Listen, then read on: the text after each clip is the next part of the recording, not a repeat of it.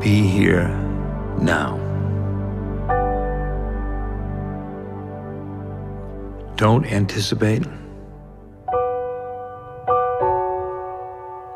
Don't yearn for things of the past.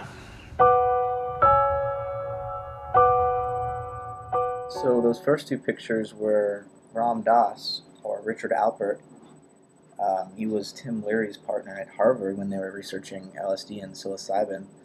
The last picture was Tim Leary and Richard Alpert, um, probably taken around that time. And I wanted to read about what Richard Alpert said about that particular period from his book, Paths to God, Living the Bhagavad Gita. As we start to reperceive the nature of our lives through a book like the Bhagavad Gita, it gets harder to play out some of our old social roles. I remember when that began to happen for me. It was back at Harvard in the early 60s. Tim Leary and I were doing research on psychedelics under the umbrella of the university, and Harvard was getting a little concerned because we had just ordered $500,000 worth of LSD from Switzerland. So the university set up a watchdog committee. It was unheard of for facility members to watch over each other, but Harvard was getting pretty desperate. I was on that committee, actually, and we couldn't agree on anything. Finally, some of the members took things into their own hands and arranged a public meeting to put down our work. The thrust of the meeting was that we were not being scientific. Mainly, they said, because we were ingesting the chemicals ourselves. And how could you be a scientist when you were changing your perceptual viewpoint in the midst of your observations? Now, there is, in fact, a very rich tradition in psychology called introspectionism, which deals with inner experience, but it was held in very low repute in those days because of the takeover of psychology by the behaviorists. Behaviorism had embraced physics as its model for the study of the human mind, and so it rejected anything that could not be seen from the outside. Our interest in presenting the things that were happening inside of us as the data in our experiments flew in the face of all that behaviorist theory. At the meeting, Timothy took the stand and said, "You're wrong. I am a scientist. You people just don't understand what real science is." He argued that they were persecuting scientific inquiry because of their own preconceptions. Now, Timothy happens to have been a darned good philosopher of science, and I think he had a very good argument, but it wasn't quite the same as mine. The most powerful things that had ever happened to me were happening to me through our Saturday night sessions with psychedelics.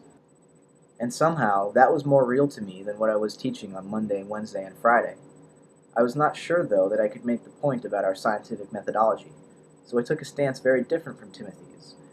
I said, "Ladies and gentlemen, you're absolutely right. I'm no longer a scientist. I'm turning in my badge. From now on, I should be considered a datum.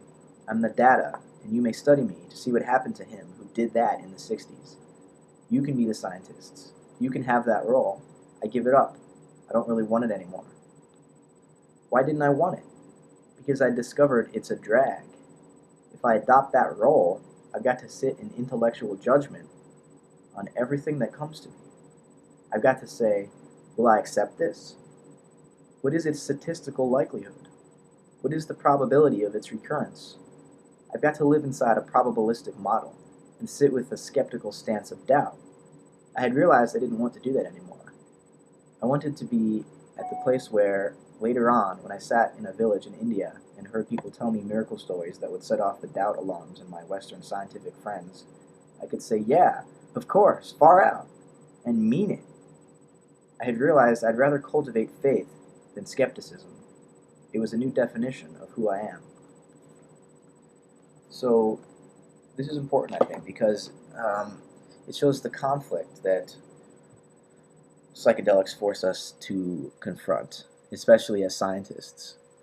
People, or at least if we're going to claim to be scientists and use these substances to study our consciousness, because a lot of more materialist, skeptical, behaviorist type scientists are going to reject that and say, "No, you're not doing science. You're just getting high, you know? You're wasting your time. You're not you can't really collect any meaningful information or data, or you can't really map inside your mind, because there is no inside your mind. There's only your brain and a bunch of neurons. So there's a conflict here."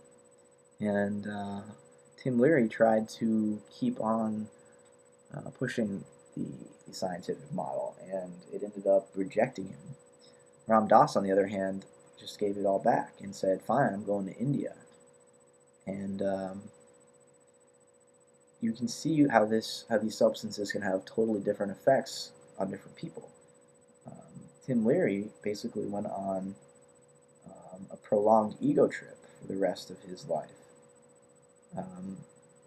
becoming almost more reductionistic in a sense, more extreme, less open to new possibilities and others. I mean, definitely he was a creative man and a genius, really, but he seemed very set in his way of describing the experience and popularizing the experience. And he was really aggressive in the sense that he wanted to confront the authoritarian structures that were telling him that his science wasn't up to par. Ram Dass, on the other hand, just dropped out and went to pursue this deeper spiritual understanding and enlightenment, and he became a traveling mystic and a teacher.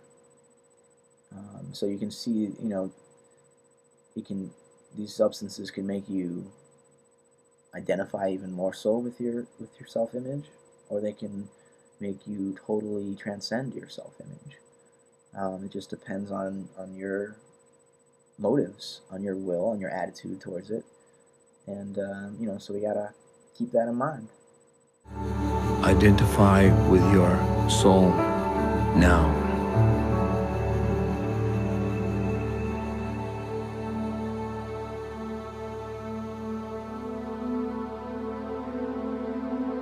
There are realms other than the one we are meeting on.